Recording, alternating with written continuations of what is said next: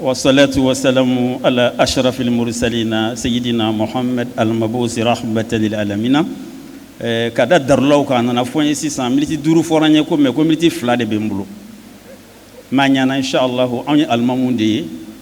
ko infana be almamunde kunka minga kuma damne ni folo wati ko son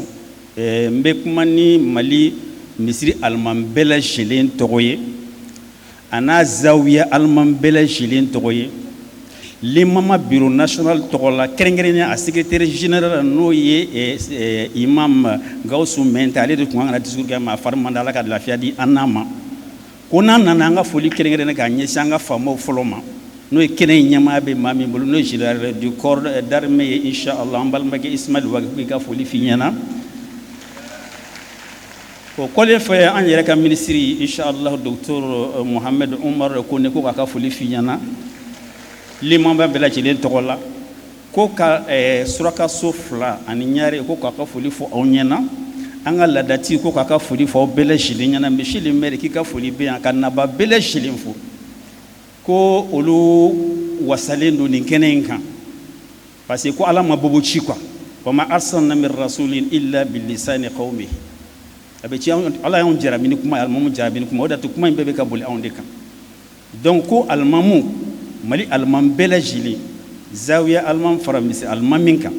ko koyin a saralula a damne fo laban ko ka foli kengere nyesi surtout au conseil islamique mini hakilna insoro mi ka slamo bela jili faranyon ka kene kilinka au conseil drone bi se kan ke mali kono note limama alanyini babulu afero wal ma se ka ke a fanga be au conseil drone là parce que association bébé ñogon sur aller de kono mais limamu bébé ñogon sur anti ka mo fra ñogon ko na donc queen koson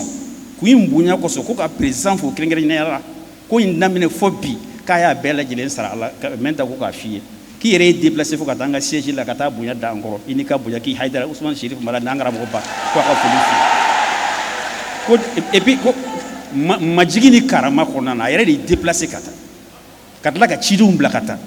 ko katla ka président de la commission d'organisation ko ka foli fi angara mo Ibrahim imam kontaw ko ka foli fi yani a ko fanana limama ka élément na le ka élément de commission fe bela jila ko anda dona ko bela ko de ka fo mali alman bela jile ka ta damne fo kala bla bila donc ni bayanu munu fora ampi no déclaration et recommandation munu fora ka manière a konnan ça c'est très important da be ñini mali alman bela jilen fe ñe structure munu fo bela jilen ka appliquer à la lettre o de limama ka la ñini wa surtout ko ni somo sama ba kono ko de wasatiya min nana ko le juste milieu min nana ko de somo sama parce que ni le tume mali je bi désormais identité islamique bi na ye mali la no ye shakhsiya al islamiyya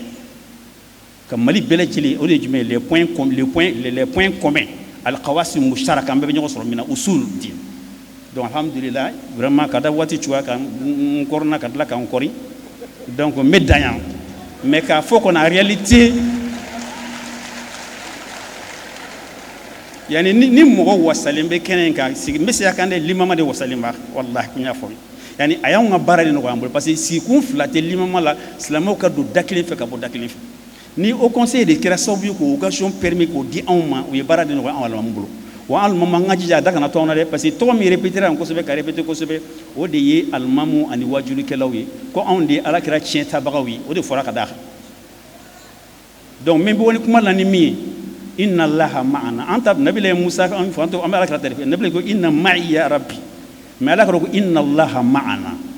e ala kira ala flo de focus roka